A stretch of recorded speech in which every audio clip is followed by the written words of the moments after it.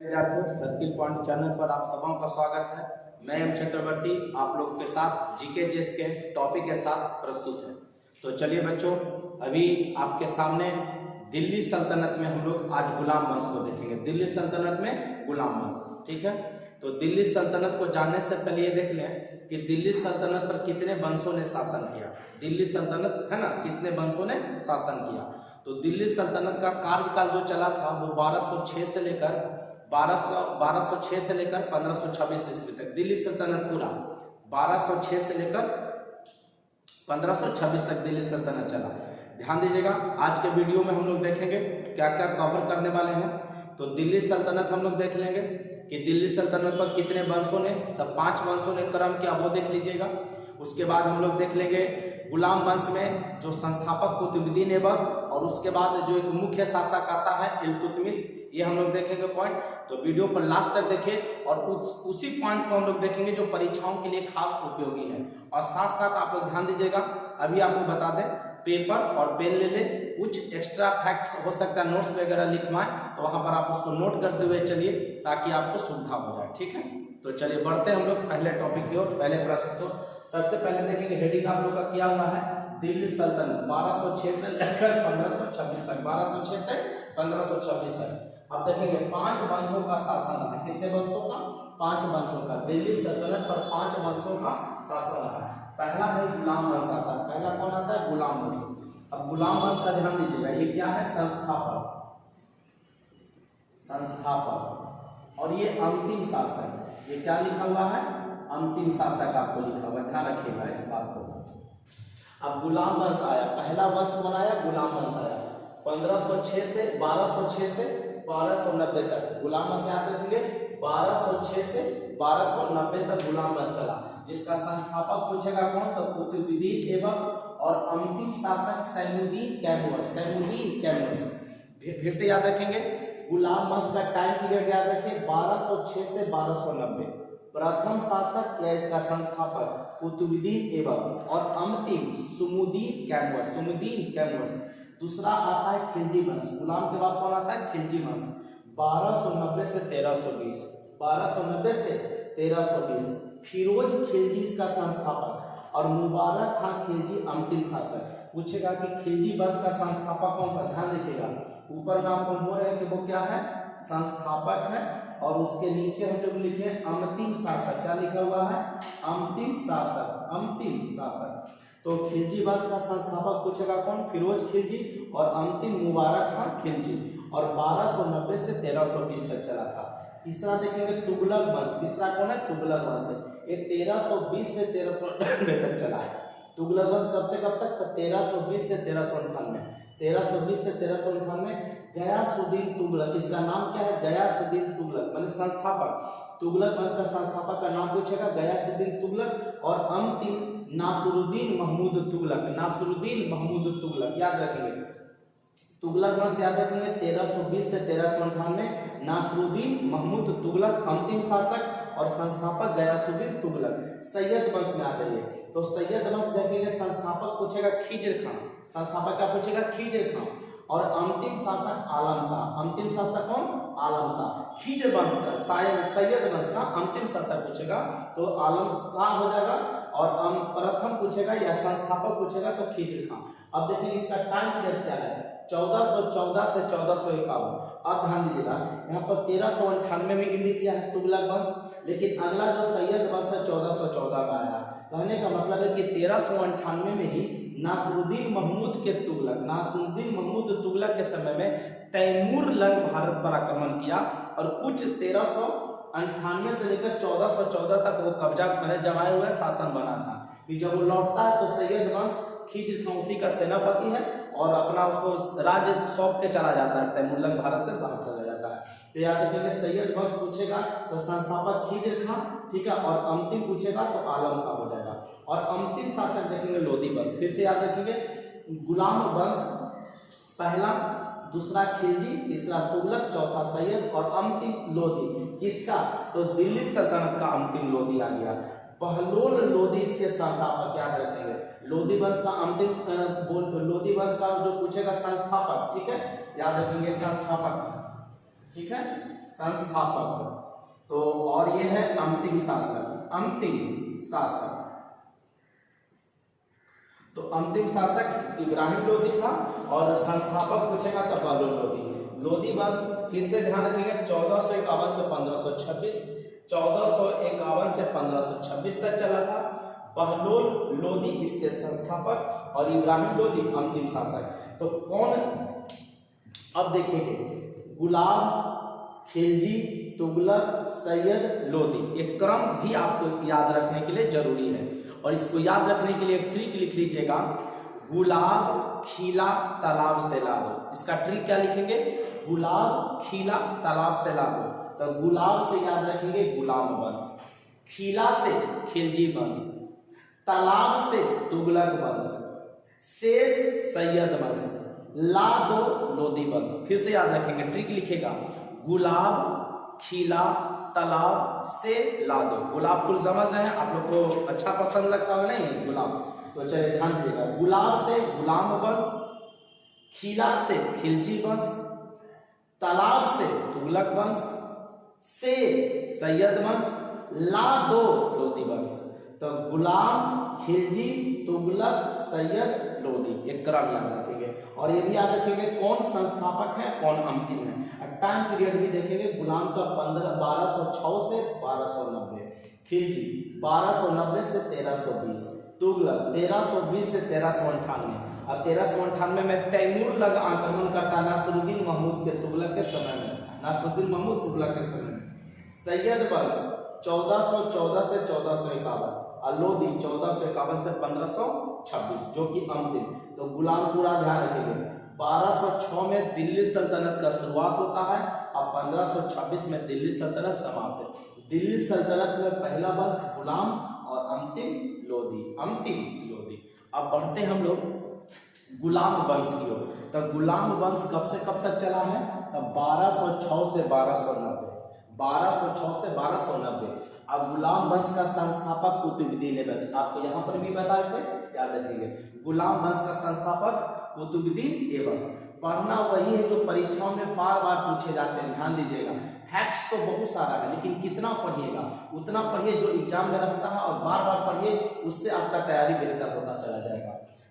तुर्क वंश का संस्थापक याद रखेंगे, भारत में तुर्क वंश का संस्थापक पूछेगा कौन, तो कुतुबुद्दीन ऐबक। फिर से याद रखेंगे, गुलाम वंश का संस्थापक कुतुबुद्दीन ऐबक, ठीक है। तुर्क वंश का संस्थापक, तुर्क वंश का संस्थापक, भारत में तुर्क वंश का संस्थापक कौन, कुतुबुद्दीन ऐबक। अब देखेंगे कुतुबुद्दीन ऐबक कौन है, तो मोहम्मद गौरी का गुलाम और दामाद, ध्यान दीजिएगा, मोहम्मद गौरी का गुलाम और दामाद। और देखेंगे गुलाम वंश नाम देने का कारण देखेंगे, इतिहासकार ने गुलाम वंश को नाम दिया, तो ध्यान दीजिएगा। ये इसमें जो गुलाम वंश में जो शासक देखेंगे लगभग एक दूसरे के गुलाम है। जैसे ध्यान दीजिएगा, मोहम्मद गौरी का गुलाम कौन, कुतुबुद्दीन ऐबक। कुतुबुद्दीन ऐबक का गुलाम आपको मिलेगा इल्तुतमिश, इल्तुतमिश का गुलाम फिर मिलेगा बलबन। तो एक दूसरे के गुलाम होते गए, इसलिए नाम क्या पड़ गया, गुलाम। तो मोहम्मद गौरी का गुलाम और दामाद भी था कौन, कुतुबुद्दीन ऐबक था। अब देखेंगे कुतुबुद्दीन ऐबक को कौन सा उपाधि लिया था, ठीक है। उपाधि भी एकदम याद रखिएगा, कंठस्थ इसको याद रखिए, लाख बख्श, लाखों का दान देता था, इसलिए कुतुबुद्दीन ऐबक को लाख बख्श के नाम से जाना जाता है, याद रखेंगे। लाखों का दान देता था, इसलिए कुतुबुद्दीन ऐबक को किस नाम से जाना गया, लाख बख्श के नाम से जाना गया। कुरान खान, कुरान, इसको पूरा कुरान कंठस्थ याद था, इसलिए इसका एक नाम और पड़ा कुरान खान, और एक नाम और है हातिम ताई द्वितीय, हातिम ताई द्वितीय। तो कुतुबुद्दीन ऐबक को नाम देख लीजिए, लाख बख्श, कुरान खान, हातिम ताई द्वितीय, हातिम ताई द्वितीय। अब आ जाइए निर्माण कार्य, निर्माण कार्य देखेंगे। कुतुब मीनार कहाँ है, दिल्ली में। कुतुब मीनार कहाँ है, दिल्ली में, याद रखेंगे। कुतुब मीनार कहाँ है, दिल्ली में। और ये विश्व का सबसे ऊंचा मीनार है, विश्व में सबसे ऊंचा मीनार बोलेगा कौन, तो कुतुब मीनार दिल्ली में, कुतुब मीनार दिल्ली में। अब कुतुब मीनार से देख लीजिए, दो तीन फैक्ट्स आप लोग लिख लीजिएगा। सबसे पहले ध्यान दीजिएगा, कुतुब मीनार विश्व की सबसे ऊंची मीनार है, विश्व की सबसे ऊंची मीनार है। विश्व की सबसे ऊंची मीनार कौन, कुतुब मीनार। दूसरा फैक्ट इसमें देखेंगे, कुतुब मीनार का नींव रखे हैं कौन, कुतुबुद्दीन ऐबक। कुतुब मीनार का नींव कौन रखे? कुतुबुद्दीन ऐबक। याद रखेंगे, कुतुब मीनार का नींव कौन रखे? कुतुबुद्दीन ऐबक। किसके याद में लिखेंगे? किसके याद में? तो अपने गुरु ख्वाजा बख्तियार काकी। कुतुबुद्दीन ऐबक के गुरु का नाम है ख्वाजा बख्तियार काकी। नाम लिखेंगे ख्वाजा बख्तियार काकी। अपने गुरु की याद में कुतुब मीनार का नींव डाले हैं, लेकिन निर्माण कार्य को पूरा नहीं करवा पाए। निर्माण कार्य को पूरा नहीं करवाया। निर्माण कार्य पूरा करवाए इल्तुतमिश। तो क्वेश्चन रहेगा कुतुब मीनार का निर्माण कार्य पूरा कौन करवाया है? तो इल्तुतमिश। पूरा करवाने का श्रेय इल्तुतमिश को दिया जाता है। नींव डाले हैं कौन? कुतुबुद्दीन ऐबक। किसके याद में? तो अपने गुरु ख्वाजा बख्तियार काकी के याद में। अगला आ जाइए, 2.5 दिन का झोपड़ा। 2.5 दिन का झोपड़ा ये अजमेर में है। और 2.5 दिन का झोपड़ा, ये झोपड़ा नहीं है, यह एक मस्जिद है और सरस्वती मंदिर को तोड़कर बनाया गया था। नोट करके लिखिए, 2.5 दिन का झोपड़ा एक मस्जिद है। क्वेश्चन पूछा होगा कि 2.5 दिन का झोपड़ा क्या है? तो एक मस्जिद है। तो 2.5 दिन का झोपड़ा एक मस्जिद है, अजमेर, राजस्थान अजमेर में सरस्वती मंदिर को तोड़कर बनाया गया। पूछेगा 2.5 दिन का झोपड़ा किस मंदिर को तोड़कर बनाया गया? सरस्वती मंदिर को तोड़कर बनाया गया। कुब्बत उल इस्लाम, कुब्बत उल इस्लाम ये भी मस्जिद है दिल्ली में। कुब्बत उल इस्लाम मस्जिद है दिल्ली में, जैन मंदिर को तोड़कर बनाया गया। जैन मंदिर को तोड़कर बनाया गया। क्वेश्चन पूछेगा 2.5 दिन का झोपड़ा किस मंदिर को तोड़कर बनाया गया? तो आपका जवाब क्या होगा? सरस्वती मंदिर को तोड़कर बनाया गया। क्वेश्चन रहेगा कुब्बत उल इस्लाम मस्जिद दिल्ली में है, किस मंदिर को तोड़कर बनाएगा? तो जैन मंदिर को तोड़कर बनाया गया। और ये सब निर्माण कार्य कौन कर रहा है? कुतुबुद्दीन ऐबक। कुतुबुद्दीन ऐबक। आप ध्यान रखेंगे, कुतुबुद्दीन ऐबक अपना राजधानी बनाता है लाहौर में। कुतुबुद्दीन ऐबक अपना राजधानी लाहौर में बनाता है। कुतुबुद्दीन ऐबक अपना राजधानी कहाँ बनाया? लाहौर में। इसकी राजधानी कहाँ थी? लाहौर। याद रखिएगा, लाहौर जो अभी वर्तमान समय में पाकिस्तान में है। तो चलिए कुतुबुद्दीन ऐबक से संबंधित कुछ और फैक्ट हम लोग देखें और फिर इसके आगे बढ़ते हैं। चलिए बच्चों, तो बढ़ते हम लोग आगे इसी में, ठीक है। देखेंगे नालंदा विश्वविद्यालय और विक्रमशिला विश्वविद्यालय को किसने नष्ट किया? कई बार एग्जाम में क्वेश्चन पूछा होगा, इंपॉर्टेंट क्वेश्चन याद रखेगा। नालंदा विश्वविद्यालय नालंदा में है, नालंदा विश्वविद्यालय नालंदा में है, और विक्रमशिला विश्वविद्यालय भागलपुर, विक्रमशिला विश्वविद्यालय भागलपुर में, ठीक है। इसको नष्ट कौन किया था? बख्तियार खिलजी। इसको नष्ट कौन किया है? बख्तियार खिलजी किया है, जो कि कुतुबुद्दीन ऐबक का सेनापति था। कुतुबुद्दीन ऐबक का सेनापति। नालंदा विश्वविद्यालय और विक्रमशिला विश्वविद्यालय को नष्ट कौन किया है? बख्तियार खिलजी करता है, जो कि कुतुबुद्दीन ऐबक का सेनापति था। कुतुबुद्दीन ऐबक का मृत्यु देखेंगे 1210 ईस्वी में हो गया। कुतुबुद्दीन ऐबक का मृत्यु 1210 में हो गया। चौगान या पोलो खेल खेलते हुए, चौगान या पोलो खेल खेलते हुए घोड़ा से गिरकर। क्वेश्चन पूछा कि किस शासक का मृत्यु घोड़ा से गिरकर हुआ? तो कुतुबुद्दीन ऐबक का। ऐबक मतलब वही कुतुबुद्दीन ऐबक, पूरा नाम याद रखिएगा। कुतुबुद्दीन ऐबक का मृत्यु चौगान या पोलो खेल खेलते हुए घोड़ा से गिरने से 1210 ईस्वी में कहानी इसका समाप्त हो जाता है। अब इसी के बाद देखेंगे इसका पुत्र आराम शाह बनता है, लेकिन अयोग्य शासक है, ठीक है ना। तो मेन जो अगला इंपॉर्टेंट शासक आता है वो इल्तुतमिश, जहां से सवाल आपको पूछे जाएंगे। तो कुतुबुद्दीन ऐबक के बाद इल्तुतमिश आता है, और इल्तुतमिश इलवरी तुर्क जाति का था। याद रखेंगे, कहेगा इल्तुतमिश किस जाति का था? तो इलवरी तुर्क जाति का। जब क्वेश्चन पूछा गया याद रखेगा, इल्तुतमिश इलवरी तुर्क जाति का था। कुतुबुद्दीन ऐबक का गुलाम और दामाद, कुतुबुद्दीन ऐबक का गुलाम और दामाद था। हम बताएं कि एक दूसरे मोहम्मद गौरी का गुलाम कौन हुआ था? कुतुबुद्दीन ऐबक। और कुतुबुद्दीन ऐबक का गुलाम कौन हुआ? इल्तुतमिश, और उसका दामाद भी। तुर्क वंश का वास्तविक संस्थापक माना जाएगा। ध्यान दीजिएगा, तुर्क वंश का वास्तविक संस्थापक पूछेगा तो इल्तुतमिश। संस्थापक बोलेगा तो कुतुबुद्दीन ऐबक देना है, लेकिन वास्तविक बोलेगा तो इल्तुतमिश लगा दीजिएगा। दिल्ली का प्रथम मुस्लिम शासक, दिल्ली का प्रथम मुस्लिम शासक पूछेगा इल्तुतमिश, एकदम याद रखिएगा। दिल्ली का प्रथम मुस्लिम शासक, आप कभी भी अगर कुतुबुद्दीन ऐबक लेते हैं तो गलत हो जाएगा। मुस्लिम शासक पूछेगा तो इल्तुतमिश आ जाएगा। कुतुबुद्दीन ऐबक की मृत्यु के समय इल्तुतमिश कहाँ का गवर्नर था? तो बदायूं का। फिर से याद रखेंगे, कुतुबुद्दीन ऐबक की मृत्यु के समय इल्तुतमिश कहाँ का गवर्नर था? तो बदायूं का गवर्नर था। कहाँ का?